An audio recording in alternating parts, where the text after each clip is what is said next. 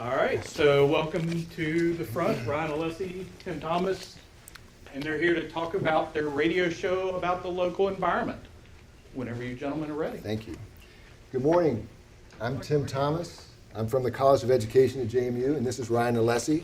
He teaches in the School of Media Arts and Design. We're glad to spend a few minutes with you all today to tell you about a project we launched about a year ago that involves JMU students in producing a radio program that is broadcast on public radio station WMRA-FM. This project also involves efforts to support local teachers who lead classroom projects to educate their students about the environment. Our radio program is called Shenandoah Valley Evergreen, and it's an effort to educate listeners about the natural systems at work in this part of the world, specifically the Shenandoah Valley, as well as the humans who live here and the other living things that are connected to these natural systems. This project began as an effort in social learning. Social learning is defined in the educational literature as a process through which actors develop shared meanings, values, and understandings through interaction, which provides the basis for joint future action. By informing residents through the radio show about the natural systems where they live, work, and play, they can make enlightened decisions with planet and people in mind. In early 2022, we received $3,500 from a faculty engagement grant that was from the Faculty Senate. And that allowed us to pilot this project. We produced 2 episodes of the radio show, funded a pair of school projects out in the communities, and paid our JMU students to gather the interviews and prepare the stories for the radio broadcast. And today, we're asking for more substantial funding so that we can finance this worthwhile education effort for 2 full years. And through our first 2 episodes, as you can see here, each of them were an hour long, and we've heard from a host of experts, including, stay with me here, 2 astronomers, 2 beekeepers, a group of climate activists involved in local climate sequestration efforts, 1 geographer, a librarian, a farmer, an archaeologist, 1 U.S. senator, but no partridge in a pear tree. We are proud that each broadcast has featured a diverse set of voices. The natural systems that we discuss can be complex, and they affect all of us. By using informed voices and setting their explanations at local sites, we believe we can convey the information in a valuable way. We've also been excited to have robust student involvement. Students across different disciplines have contributed. 4 students in the first episode, 5 in the second, and we're looking forward to add to that number with the 3rd episode this spring. And there are a lot of benefits. First, real-world hands-on training in researching and understanding complex environmental issues. Experience creating stories that clearly convey complex information and do so in an engaging way so that our audience can have a better understanding of these issues. And a chance to work as a team, to hear their work broadcast and have it go out to thousands of listeners in this area. And these students have also expanded their storytelling to multimedia. For the recent winter program, Sam Game, for instance, produced a video to go with her story about bees. And all of our students gathered extra audio and other materials that they could then put on the web to help give advance notice for the program before it aired. And you can see the extra content on the Shenandoah Valley Evergreens site, which is part of WMRA. You can access that through the QR code in your packet. In addition, through the pilot funds, we provided grant money to 2 educational projects at local schools. In 1 Rockingham County school, elementary students will learn about planting, caring for, and harvesting a school-wide garden through an economics project on farmers markets. The other mini grant has gone to the Mountain Valley Governor's School, where a senior ecology class has extended its study of native plants to the Shenandoah County landfill, where students are replacing non-native grass with plant species that are native to this region. Both projects provide important how-to information to local students about the region's natural systems, and both projects will be featured on episodes of the radio show. And that centerpiece of the project remains the radio show. WMRA covers the Shenandoah Valley, so that includes the communities of Winchester, Charlottesville, Crozet, Harrisonburg, of course, Lexington, and Farmville. And because of that reach, the program can help inform a substantial audience. It also assures that our program is of the quality deserving of running on a national public radio affiliate member station. Chris Boros is WMRA's program director, as well as the gatekeeper who provided a platform for this show. In fact, he gave Shenandoah Valley Evergreen an 8 p.m. prime time slot for the first 2 episodes. And WMRA's leadership has supported this project, as you can read here, both for the content it provides and for the teaching and training aspect. So now that we've proven the viability with these pilot funds of this project, and with more stories to be told, we are seeking a more permanent funding source, which is why we are all gathered here today. Your $17,600 investment in this project will fund the following. First, 8 one-hour episodes of Shenandoah Valley Evergreen. And delivering those 8 shows, 1 per season over the next 2 years, that will further establish this program as an important information tool in this region. And most of that funding goes to pay our correspondents, JMU students. After all, they're using their time and their expertise and their information gathering as journalists to deliver the quality content. And too often our media students are asked to do that and create stories without getting paid. They're told that the experience is enough, or this will help in their portfolio. And from the beginning, our philosophy has been to make sure that our students are properly compensated. We're doing professional work here, and our contributors should be paid and properly compensated for that, regardless of whether they're still students.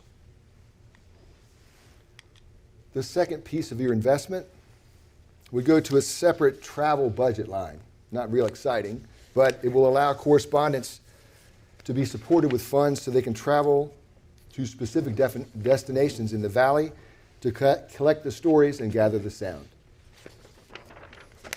And thirdly, our professional development category, that will serve 2 important purposes. We'll use this portion of the budget to fund an annual visit by a speaker, and that might be a radio journalist or an environmental expert or a scientist who can then guide and inspire members of our team.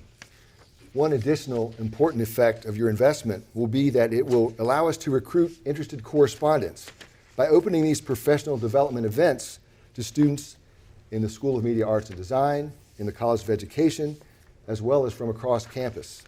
This open invitation will provide an opportunity that raises the profile of these important environmental issues, as well as the opportunities to tell these stories. Finally, through your investment, we will continue to collaborate with local classrooms through many grants that fund environmental education projects. These projects will illuminate natural systems through outdoor explorations with students set on local landscapes. We will report on each of these projects on Shenandoah Valley Evergreen.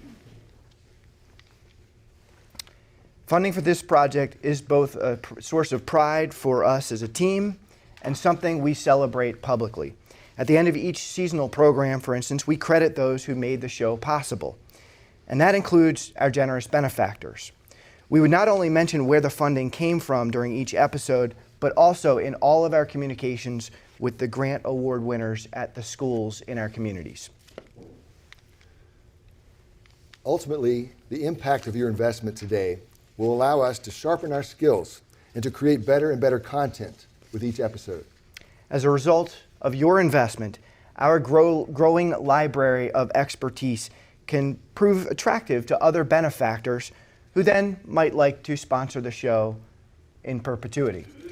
Your investment today will also directly benefit the work of environmental educators in this region through competitive mini-grants. Your investment will spawn local educational projects and hands-on learning to benefit stewardship in local communities. We appreciate your time, allowing us to tell you about Shenandoah Valley Evergreen. We'd also like to answer any questions you have now, and to assist us in fielding these questions is one of our student correspondents, a familiar voice from the winter episode. Please welcome Sydney Roth.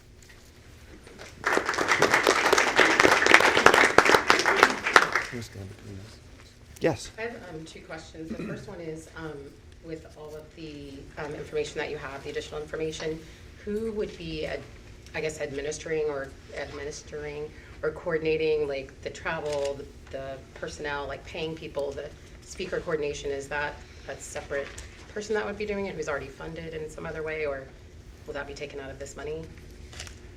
I don't know how that works. I hope to be informed about that, but I expect that there will be one of our capable staff folks who will guide us in making that happen. And what we would do as faculty members is we would work with the students in paying them the amount, and so the expectation is if you deliver your story on time, you will get paid this much. And so we would take care of that, as well as working with them on the travel for their particular story.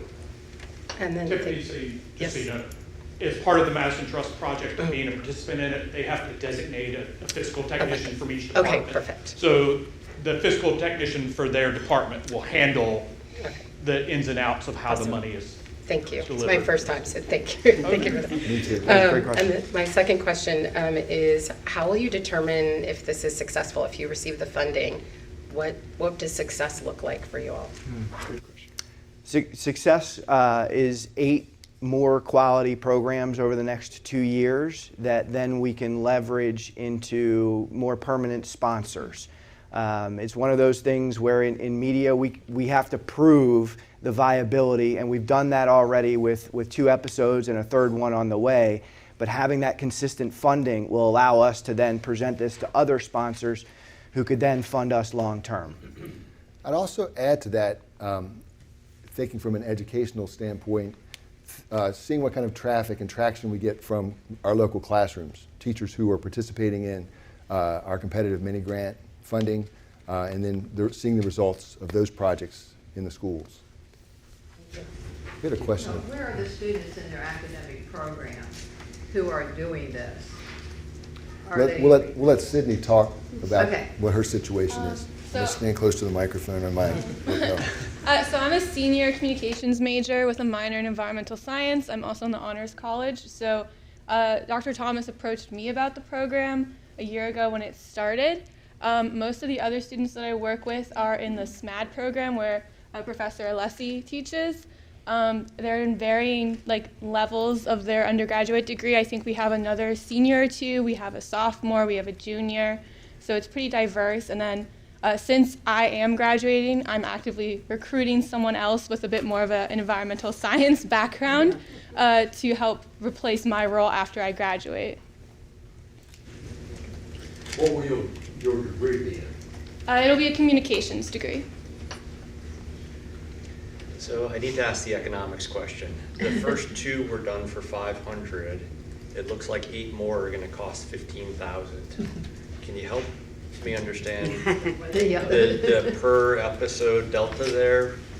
Well, I'll talk first, and then I'll hand it over to you for the education about the funding for the journalists. We had a temporary deal with the Harrisonburg Citizen, which I'm a co-publisher of, and so we were able to pay our students for the 2nd episode through the Citizen. That's not a long-term, that was kind of a quick fix, and that's not a long-term thing that the Citizen can sustain.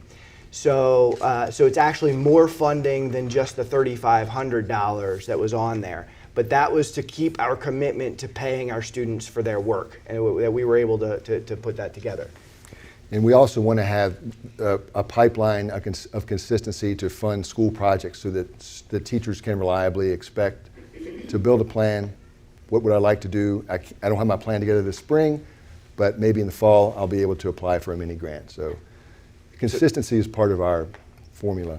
So it's actually more like $4,000 for the first 2 episodes, and now. Okay, my mistake. No, because we didn't include the Citizen funding in there. We just included the faculty grant, but it was about $4,000 for the first 2 episodes, and that's why we're asking for about $17,000 for the next 8. Much better math. Yeah, thank you. Thank you. You mentioned thousands of listeners. How are these listeners aware of your program? The listeners are aware of that through the marketing that we do with the multimedia that is put out on the website. WMRA promotes it. WMRA put it on a prime time spot Wednesdays at 8 p.m. So that's where all of the listeners were able to hear that. And then specifically for this past episode, to also extend the reach, we put the audio for each of the stories that the students produced, as well as their multimedia, on the Harrisonburg Citizens site. So each got a separate story as well to hopefully broaden the awareness of this program. Do you have an estimate to the audience that you have? We don't. That's a super question, and we've asked the same thing. And at this stage of the game, WMRA doesn't collect those numbers on our behalf, but we're optimistic.